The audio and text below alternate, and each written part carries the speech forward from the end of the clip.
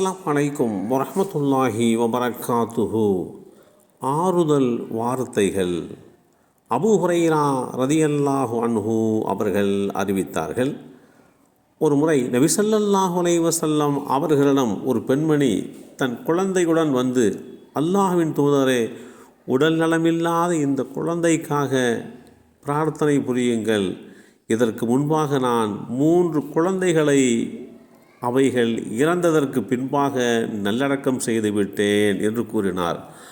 3 குழந்தைகளை நல்லடக்கம் செய்து விட்டாயா என்று அல்லாஹுடைய தூதர் ஸல்லல்லாஹு அலைஹி வஸல்லம் அவர்கள் கேட்க, அதற்கு அந்த பெண்மணி ஆம் என்று பதில் சொல்ல, நபி ஸல்லல்லாஹு அலைஹி வஸல்லம் அவர்கள், நரக நெருப்பிலே இருந்து உன்னை காக்க நீ பலமான வேலியை அமைத்து கொண்டு விட்டாய் என்று சொன்னார்கள்.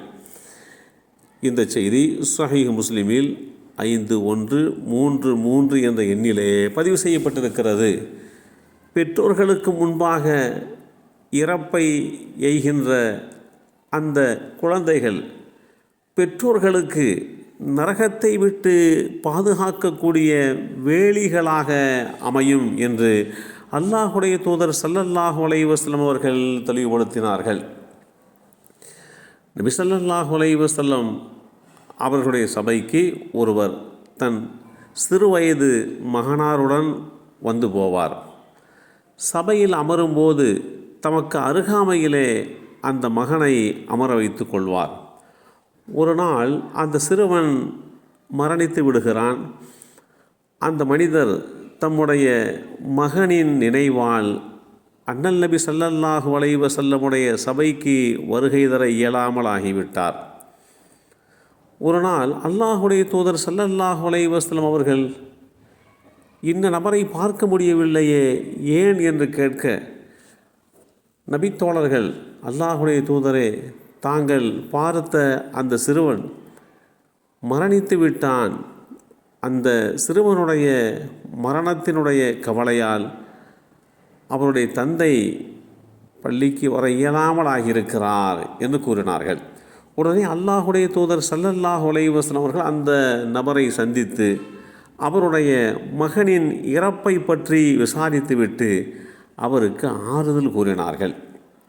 அல்லாஹுடைய தூதர் ஸல்லல்லாஹு அலைஹி வஸல்லம் அவர்கள், உமது வாழ்நாளில் யாரை கொண்டு இன்புற்றிருந்து உனக்கு மிக நேசமானதாக இருந்ததோ அவர் சொர்க்கவாசிகளில் எந்த வாசலில் நாளை நீர் வந்தாலும் அவ்வாசலில் அவர் உமக்காக வாசலை திறப்பதற்கு முன்கூட்டியே வருபவராக அவரை காண வேண்டாமா என்று அல்லாஹுடைய தூதர் ஸல்லல்லாஹு அலைஹி வஸல்லம் அவர்கள் கேட்க, அதற்கு அந்த மனிதர், அல்லாஹுடைய தூதரே, ஆம், அவர் எனக்கு முன்னரே வந்து எனக்கு சொர்க்க வாசலில் கதவை திறந்துவிட வேண்டும், அது எனக்கு மிகவும் விருப்பமானதே என்று கூறி அல்லாஹுடைய தூதர் ஸல்லல்லாஹு அலைஹி வஸல்லம் இடத்திலே இறந்துவிட்ட தன்னுடைய மகன் நாளை மறுமை நாளிலே தனக்காக சொர்க்கத்தினுடைய கதவை திறந்து விடுவதற்கு முந்திக் கொண்டு விட்டார் என்று குறிப்பிட்ட இந்த செய்தி ஸஹீஹுல் ஜாமி என்ற நூலிலே 7963 என்ற எண்ணிலே பதிவு செய்யப்பட்டிருக்கிறது. அப்துல்லாஹ் இப்னு மஸ்ஊத் ரதியல்லாஹு அன்ஹு அவர்கள் கூறினார்கள், அல்லாஹுடைய தூதர் ஸல்லல்லாஹு அலைஹி வஸல்லம் அவர்கள், உங்களில் சந்ததி இழந்தவன் என்று யாரை நீங்கள் நினைக்கிறீர்கள் என்று கேட்கிறார்கள். குழந்தை பாக்கியம் இல்லாதவரையே நாங்கள் சந்ததி இல்லாதவர் என்று கூறுகிறோம் என்று பதிலளித்தோம். அப்போது அல்லாஹுடைய தூதர் ஸல்லல்லாஹு அலைஹி வஸல்லம் அவர்கள், அவர் சந்ததி இழந்தவர் அல்ல, மாறாக தம் குழந்தைகளில் எதுவும் தமக்கு முன்னரே இறக்காதவனே சந்ததி இழந்தவனாவான் என்று கூறினார்கள். உங்களில் வீரன் என்று யாரை நீங்கள் கருதுகிறீர்கள் என்று பிறகு கேட்கிறார்கள். நாங்கள் எவராலும் அடித்து வீழ்த்த முடியாதவனே வீரன் என்று நாங்கள் கருதுகிறோம் என்று பதிலளித்தோம். அப்போது அல்லாஹுடைய தூதர் ஸல்லல்லாஹு அலைஹி வஸல்லம் அவர்கள், அவன் வீரன் அல்லன், மாறாக வீரன் என்பவன் கோபத்தின் போது தன்னை கட்டுப்படுத்தி கொள்பவனே வீரனாவான் என்று குறிப்பிட்டார்கள்.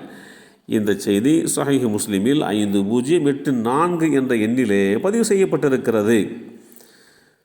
ஒரு வீட்டில் குழந்தை இறப்பதின் மூலமாக அந்த குழந்தையினுடைய பெற்றோர்களுக்கு கிடைக்கக்கூடிய நன்மையையும் அந்தஸ்தையும் குறித்து இஸ்லாம் மிக தெளிவாக வழிகாட்டி தந்திருக்கிறது. அவர்கள் சந்ததி உள்ளவர்கள், இந்த இறந்துவிட்ட குழந்தைகள் நாளை மறுமை நாளிலே இவர்கள் கரை சேருவதற்கு துணை நிற்பார்கள் என்பது போன்ற செய்திகளை அல்லாஹுடைய தூதர் ஸல்லல்லாஹு அலைஹி வஸல்லம் அவர்கள் தெளிவுபடுத்தியிருக்கிறார்கள். எல்லாம் வல்ல அல்லாஹு தஆலா சொர்க்கத்தை கொண்டு நர்பாக்கியம் பெறுகின்ற நல்லோர்களாக நம்மையும் நம் சந்ததிகளையும் அல்லாஹ் ஆக்கி வைத்தருள் புரிவானாக. அஸ்ஸலாமு அலைக்கும் வரஹ்மத்துல்லாஹி வபரகாத்துஹு.